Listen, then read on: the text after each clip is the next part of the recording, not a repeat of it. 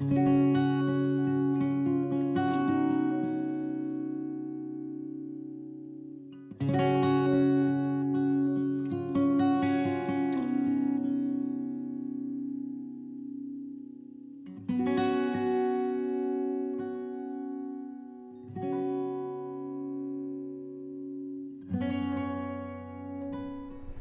sewing friends, welcome to my sewing room. My name is Beth, and if you're new, welcome.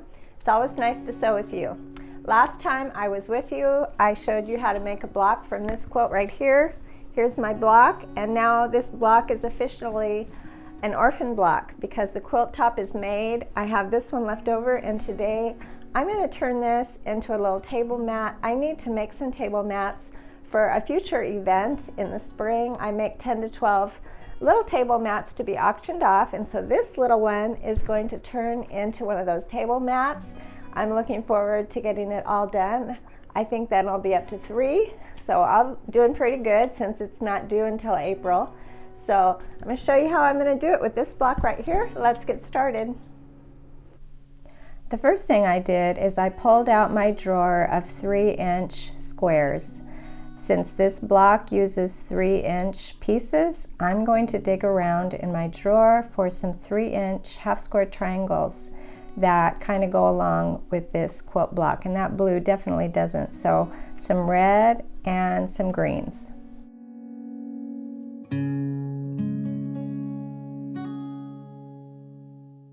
I think I'll be using some white squares, so I'm going to do some little experimenting, move things around, and see what I like.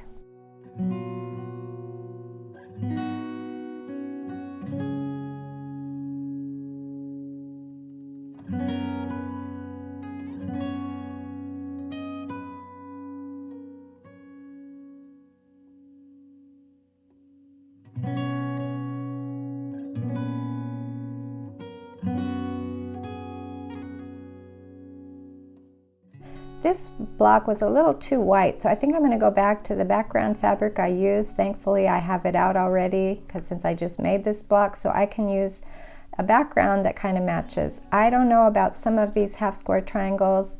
Some of them have more of a white background than the other, and I'm not sure, but I think I'm going to go ahead and use them. It's just a little bit of fabric, and it is a scrappy block, so I'm going to continue.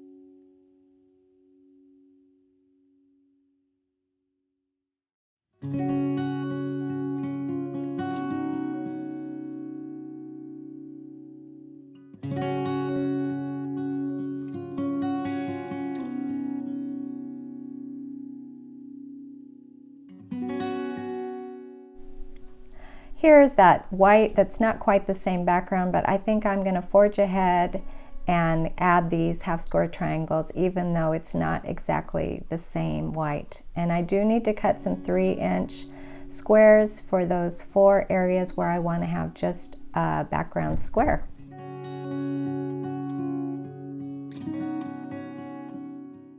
After getting all of my pieces laid out the way I like them, I'm going to sew them together, and you'll see the top and the bottom have rows that kind of match the size of my block, and then the outside, the right and the left, those I added the green, so I'll add the top and the bottom and then the 2 sides.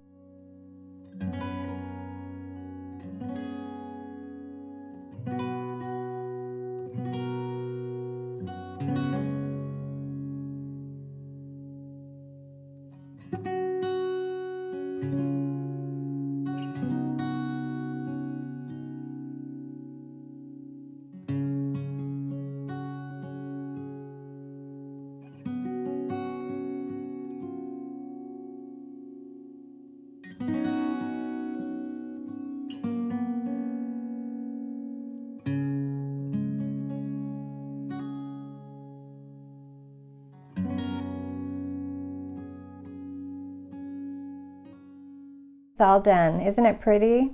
So now all I need to do is find some backing. I will quilt it simply, and then I'll add some binding, and this one will be ready to go.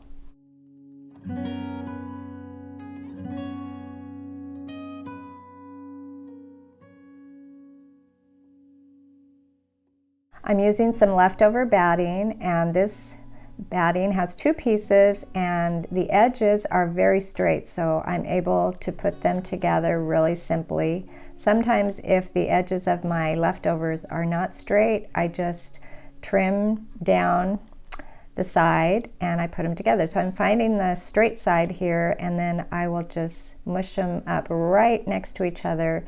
Sometimes people will zigzag to keep them together when they're working, but I'm just going to leave it like this. It's such a small project that I don't think it will shift too much, and I'll be using a spray adhesive to keep all my layers together.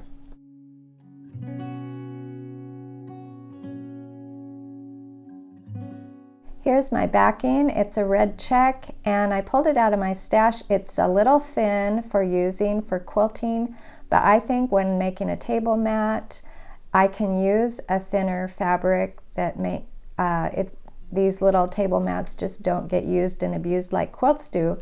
So it's a good time to use those fabrics that aren't quite right for a quilt.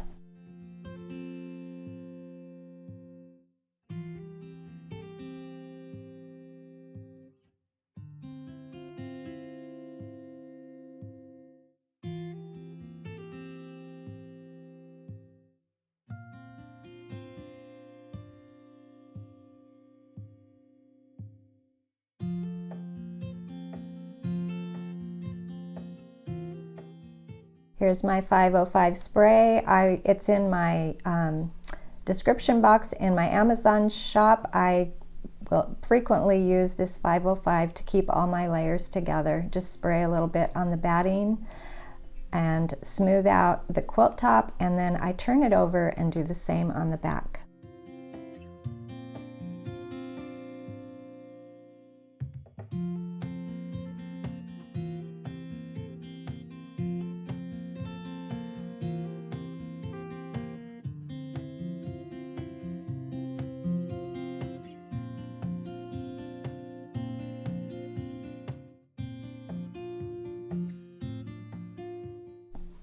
I'm quilting this little quilt right through the seams on all those half square triangles, and using those as my guide for this little quilt.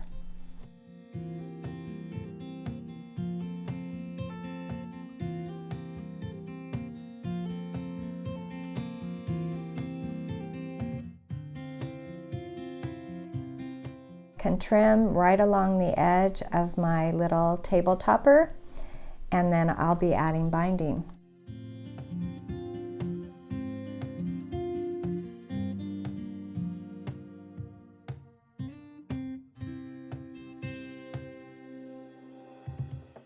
Here's my binding. I cut it 1 3/4 inch because I don't want a double layer of fabric. I pressed down that end into a triangle, and that is where I'm going to start. So I laid my binding down, and I'm going to sew all the way around. When I get to the end, I'm going to stop 1/4 inch. Before I get to the end, I'm going to pivot the quilt and sew off the corner. This makes a really nice corner for when you're folding it. So then I'll lay it down on the table, and I'll fold it up and then fold it down, and I can start sewing right on the top of that fold.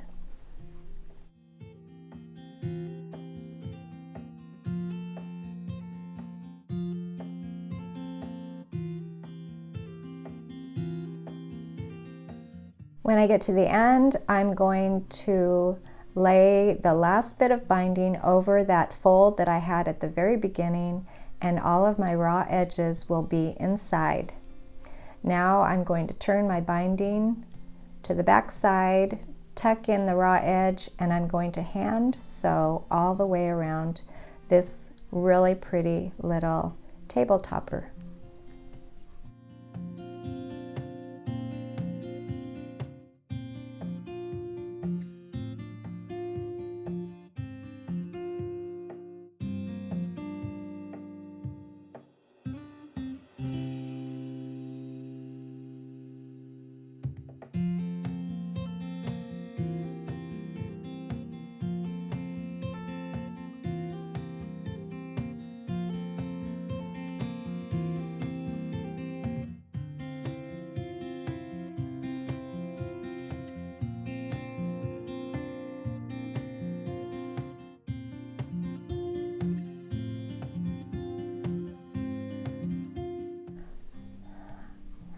I'm almost done with the sewing. I thought I'd show you this really old thread in my stash here. It's probably, who knows how old that thread is, but guess what? It still works, and I'm happy to use it up. I love being thrifty in my sewing room.